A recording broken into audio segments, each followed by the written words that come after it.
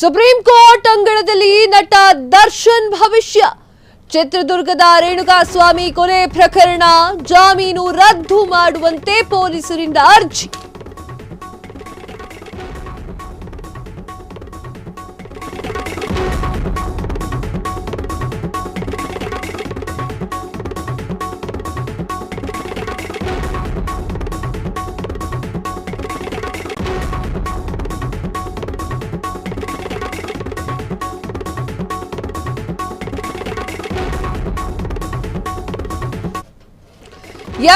Supreme court ಅಂಗಳದಲ್ಲಿ ನಟ ದರ್ಶನ್ ಭವಿಷ್ಯ.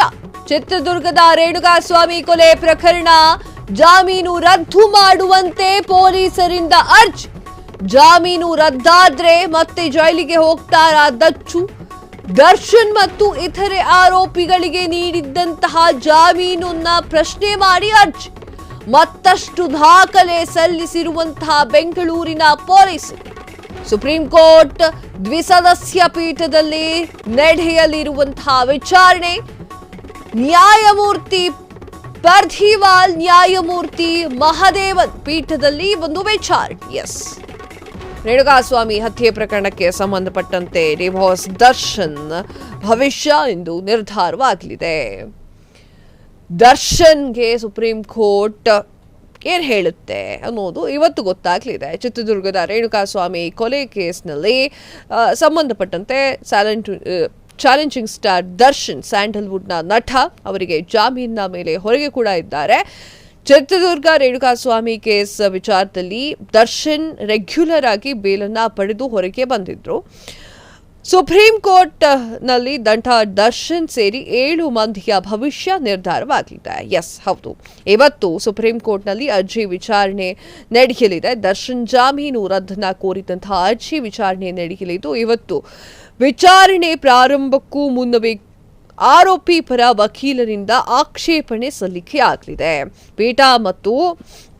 ಇವತ್ತು ಪೀಠ ಪ್ರಕರಣದ ಸಂಪೂರ್ಣ ವಿಚಾರಣೆಯನ್ನ ನಡೆಸುವುದಾಗಿ ತಿಳಿಸಿದೆ. ಚಿತ್ರದುರ್ಗ ರೇಣುಕಾಸ್ವಾಮಿ ಹತ್ಯೆ ಪ್ರಕರಣದಲ್ಲಿ ಆರೋಪಿಗಳು ಇತ್ತೀಚೆಗೆ ಏಪ್ರಿಲ್ 8ರಂದು ನಗರದ 57ನೇ ಸಿಸಿಎಚ್ ಕೋರ್ಟ್ಗೆ ಹಾಜರಾಗಿದ್ರು. ಪ್ರಕರಣದಲ್ಲಿ ಆರೋಪಿಗಳಿಗೆ ಜಾಮೀನು ಅಂದ್ರೆ ಬೇಲ್ ಸಿಕ್ಕಿತ್ತು. ಜಾಮೀನು ಪಡೆದರೂ ಕೂಡ ಪ್ರತಿ ತಿಂಗಳು ನ್ಯಾಯಾಲಯಕ್ಕೆ ಹಾಜರು ಆಗಬೇಕು ಅಂತ ಈ ಒಂದು ಷರತ್ತಿನ ಹಿನ್ನೆಲೆಯಲ್ಲಿ ಇಂದು ಎಲ್ಲರೂ ಕೂಡ ಕೋರ್ಟ್ಗೆ ಹಾಜರಾಗಿದ್ರು. ಇಂದು ಕೋರ್ಟ್ ಪ್ರಕರಣದ ವಿಚಾರಣೆಯನ್ನ ಕೋರ್ಟ್ ನಡೆಸಲಿದೆ. ಆದರೆ ದರ್ಶನ್ ಮಾತ್ರ ದರ್ಶನ್ ಬರ್ತಾರೋ ಇಲ್ವೋ, ಅಥವಾ ದರ್ಶನ್ ಅವರ ಭವಿಷ್ಯ ಎಂದು ನಿರ್ಧಾರವಾಗಲಿದೆ.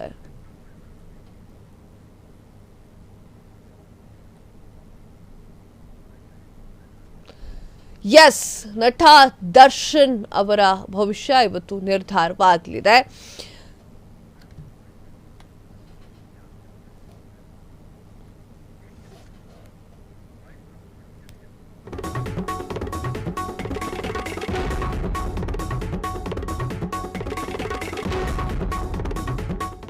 ಸುಪ್ರೀಂ ಕೋರ್ಟ್ ಅಂಗಳದಲ್ಲಿ ನಟ ದರ್ಶನ್ ಭವಿಷ್ಯ ಇಂದು ನಿರ್ಧಾರವಾಗಲಿದೆ. ರೇಣುಕಾಸ್ವಾಮಿ ಕೊಲೆ ಪ್ರಕರಣಕ್ಕೆ ಸಂಬಂಧಪಟ್ಟಂತೆ ಜಾಮೀನು ಅರ್ಜಿ ರದ್ದು ಮಾಡುವಂತೆ ಪೊಲೀಸರು ಅರ್ಜಿಯನ್ನ ಕೂಡ ನೀಡಿದ್ದಾರೆ.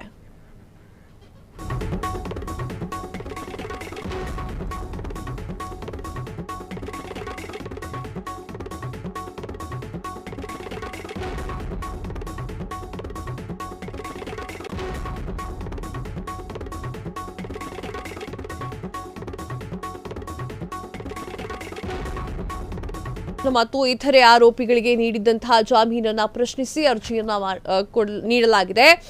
ಮತ್ತಷ್ಟು ಇವತ್ತು ಚಾಲೆಂಜಿಂಗ್ ಸ್ಟಾರ್ ದರ್ಶನ್ ಅವರಿಗೆ ಏನಾಗುತ್ತೆ, ಏನ್ ತೀರ್ಪು ಬರುತ್ತೆ ಅನ್ನೋದನ್ನ ಕಾದು ನೋಡ್ಬೇಕಾಗಿದೆ.